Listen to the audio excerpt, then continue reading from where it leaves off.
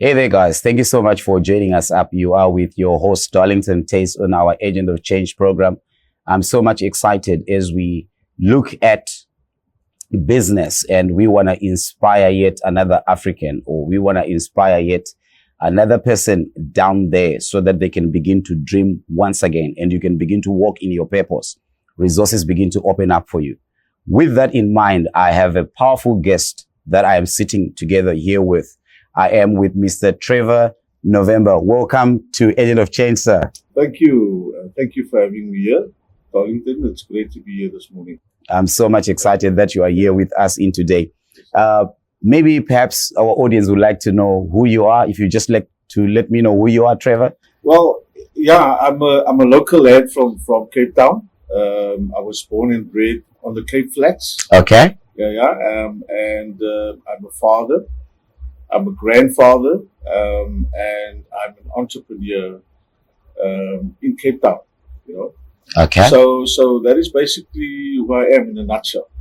Wow, that is awesome. That is awesome.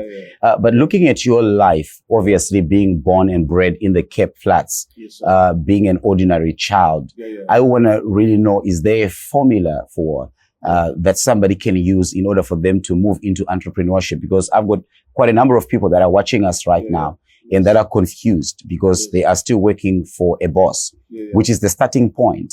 But they also want to get into the path of entrepreneurship. What are the kind of things that they can follow? Because I believe success leaves clues. And if you follow what successful people have done, you also get the same results. You know what I said to my 10-year-old daughter? I said to her, I encourage her to when she does color in, to color across the lines, outside of the lines. So I've always been like that since primary school. I never used to follow the status quo. So I think as an entrepreneur, one of the things that I do is I think outside of the box. Okay.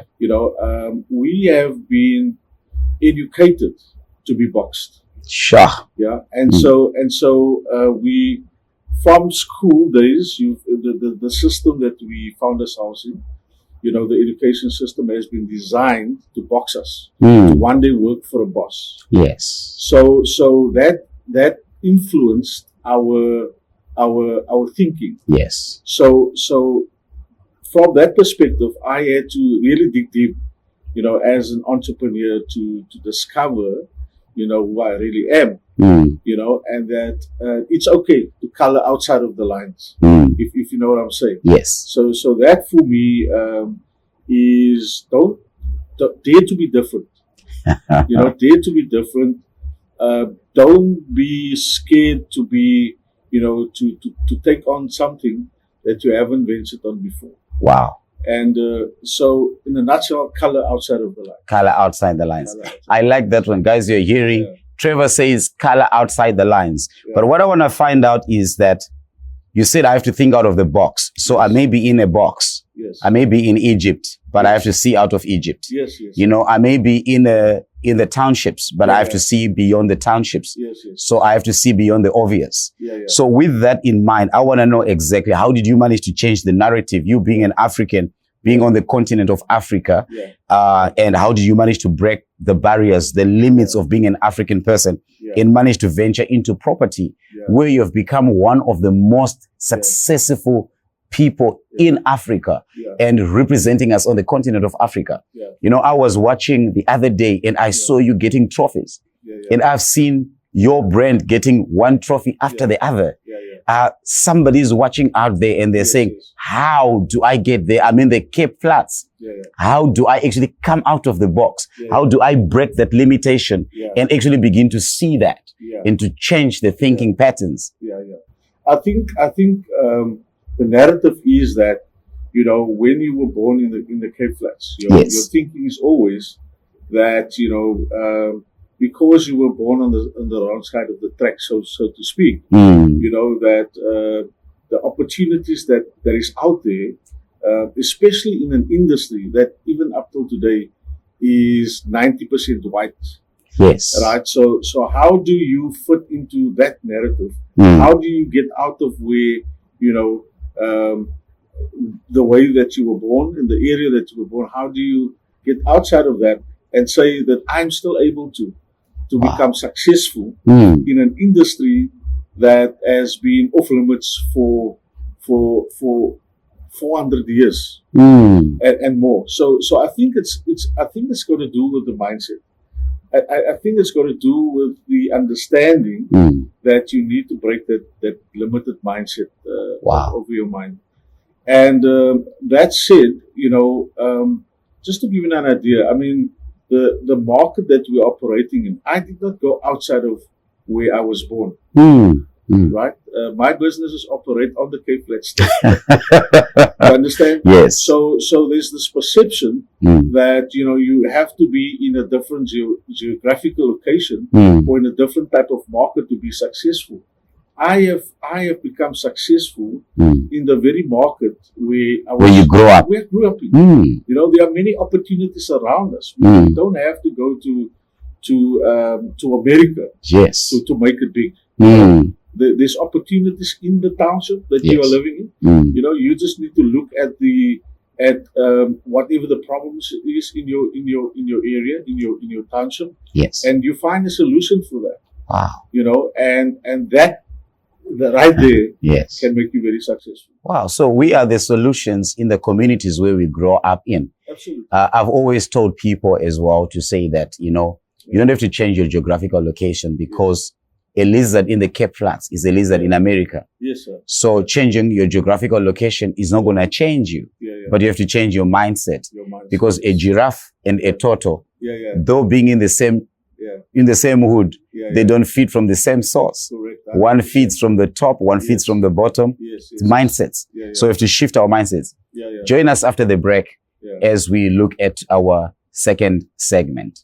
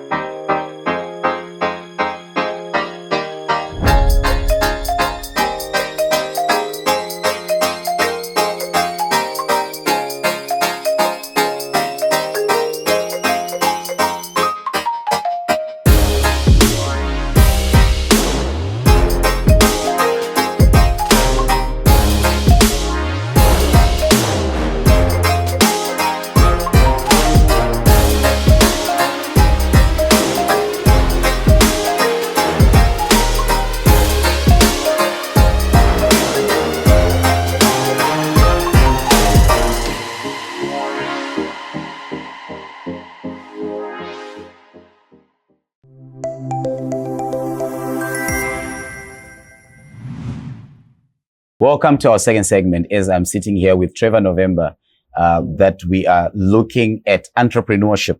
And I like the story that I hear growing up in an ordinary life in the Cape Flats, but he has grown up to be one of the leading property owners that I'm sitting here with in the studio. Now, some of our people would like to know, with the success that you have had in the property business, have you ever had any failures? Has anything ever gone wrong in your life? I've ventured into a lot of things, Darlington. I've had many failures, and I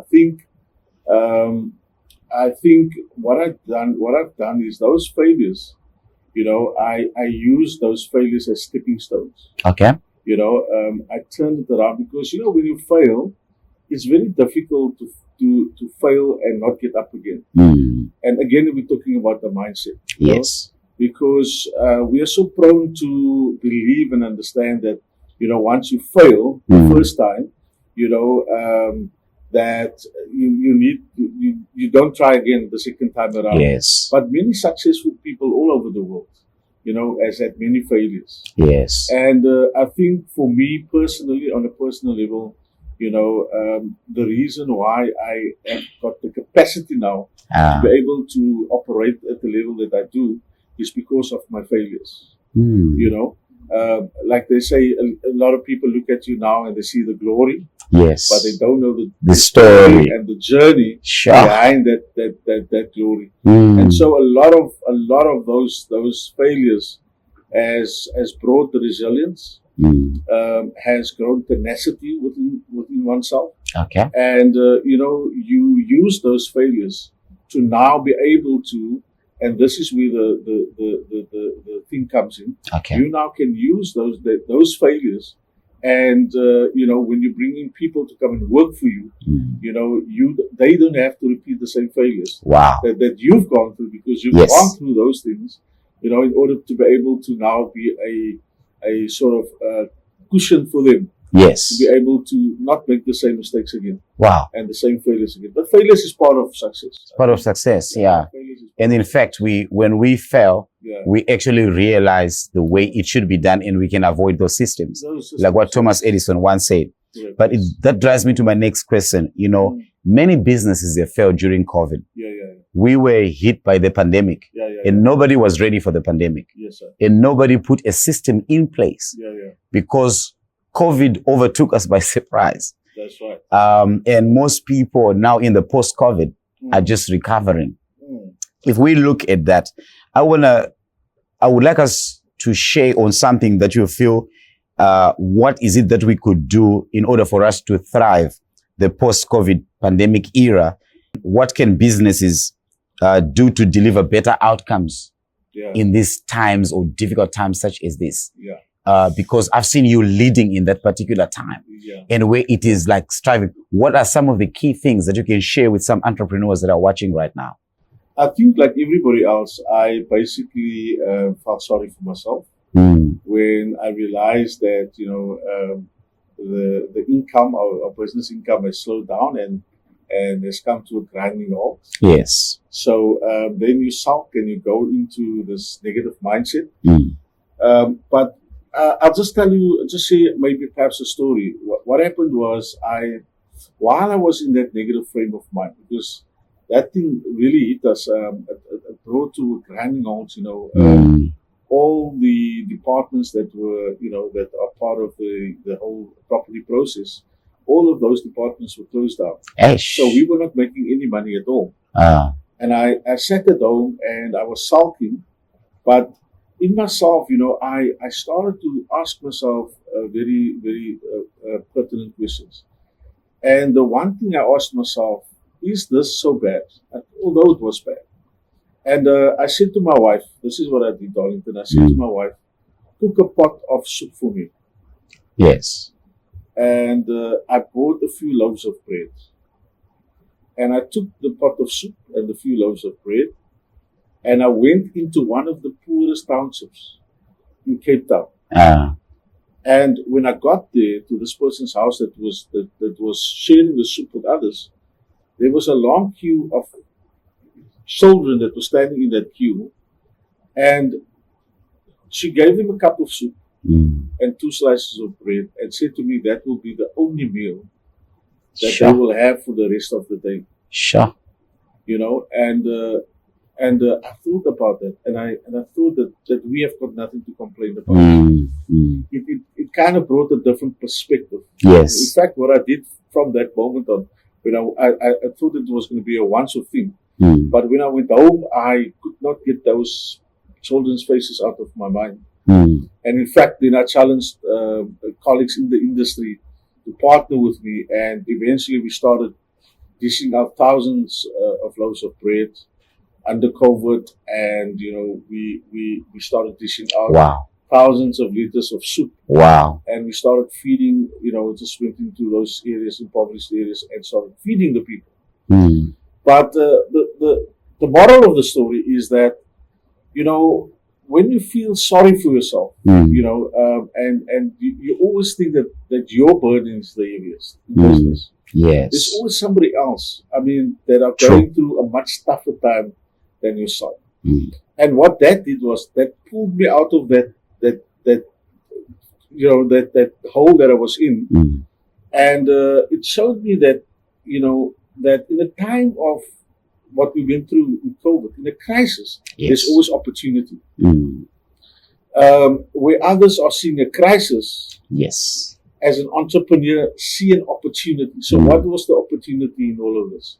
You had to reposition yourself. Right? You had to reposition your thinking.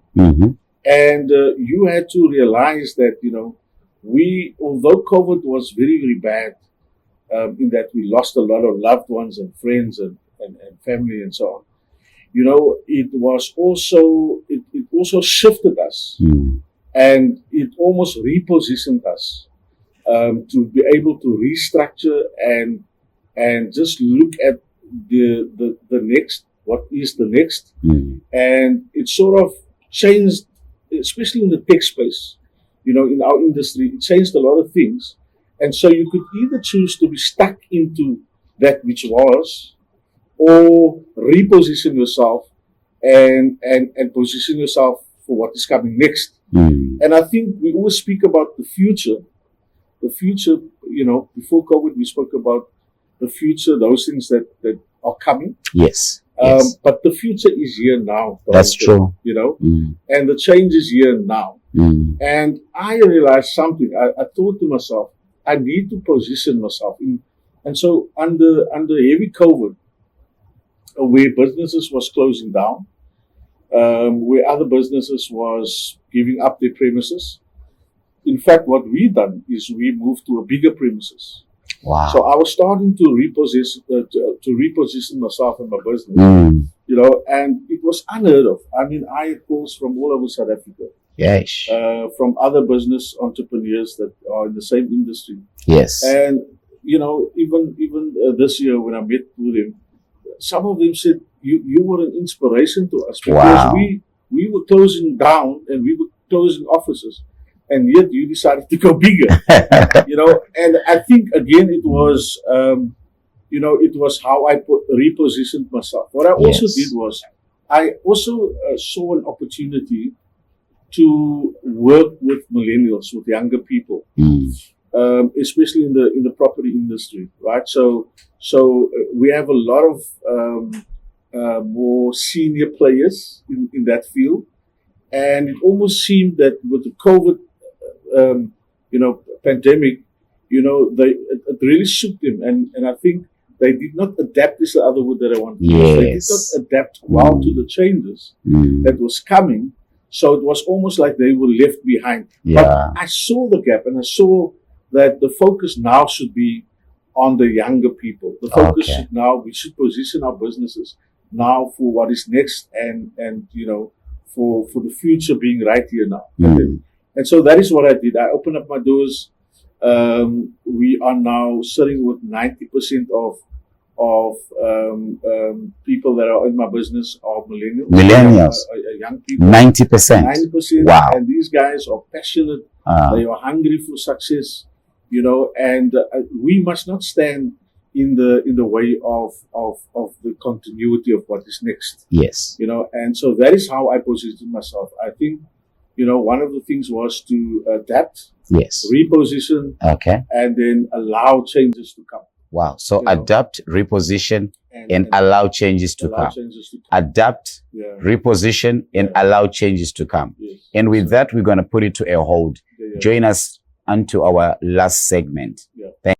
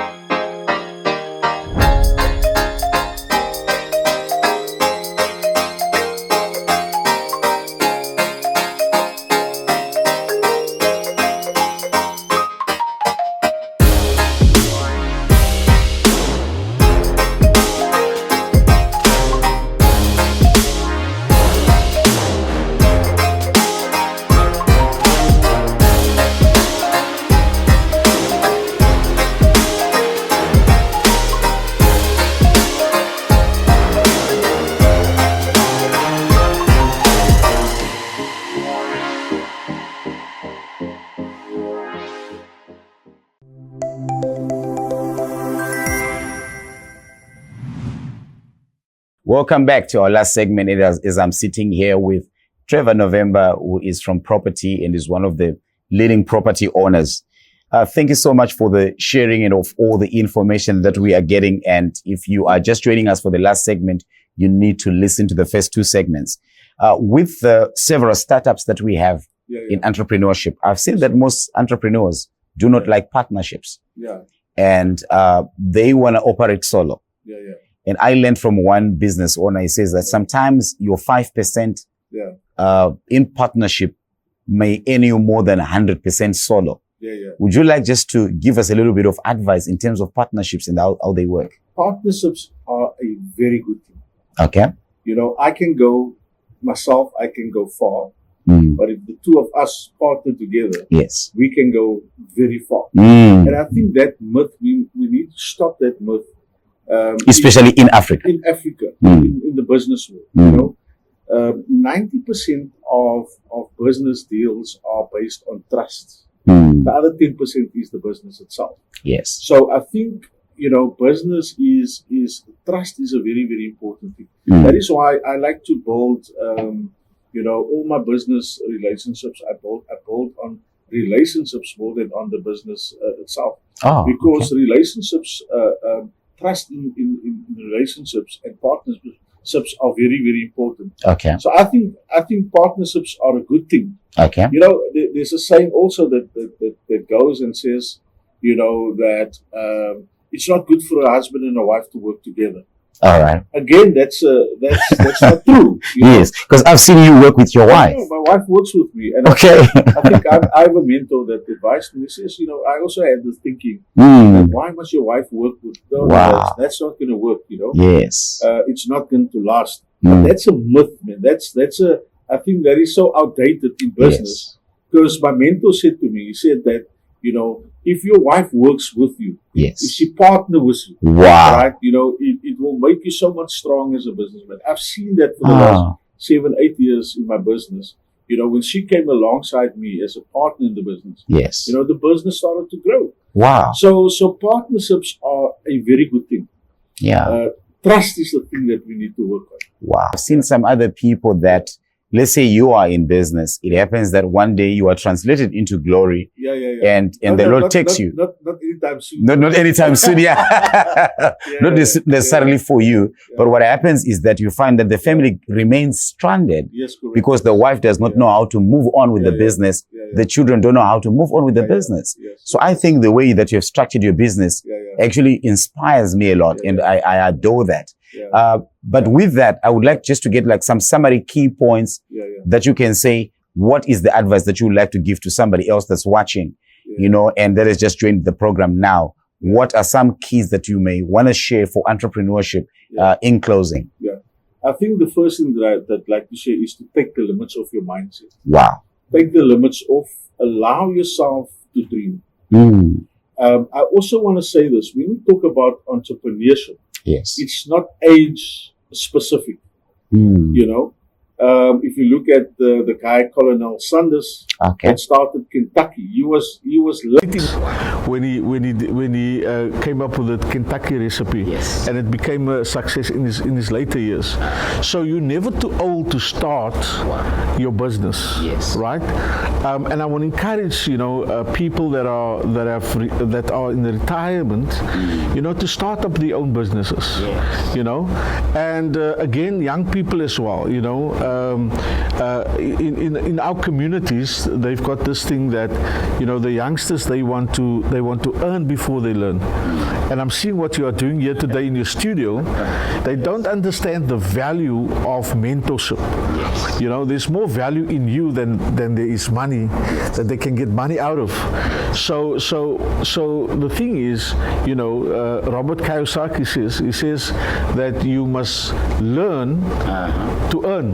Wow. You understand? So the more you learn, you know, the more you research, the more you read up on, you know, entrepreneurship, the more you empower yourself, you know, the more valuable you become. I think taking the limits off and be open to learn and you know, a lot of entrepreneurs, you know, let us not be too wise unto ourselves, but let us be open to correction. Let us be open to advice, especially advice.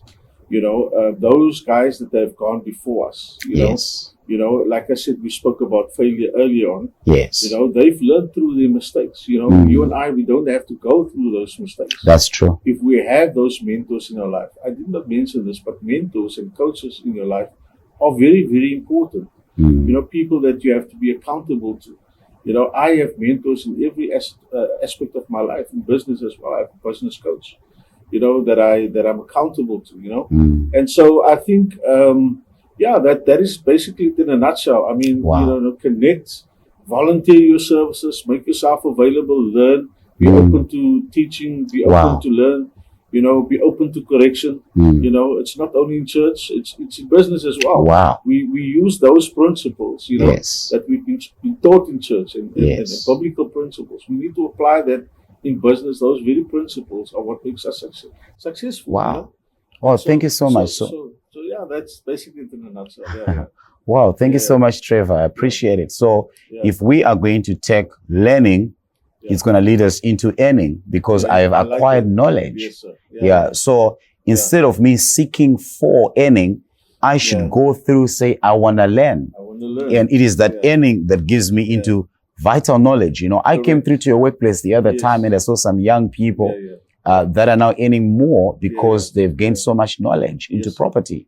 And if we can do that and then get the proper mentorship from those that already have gone ahead of you, I do hope that you have been blessed by this program. And Trevor, thank you so much for taking this time and to be with us on our program. I really appreciate from your very busy schedule and that you could be time in our studio and accept our invitation. Thank you so much. Till next time, continue to be tuned in and share this broadcast.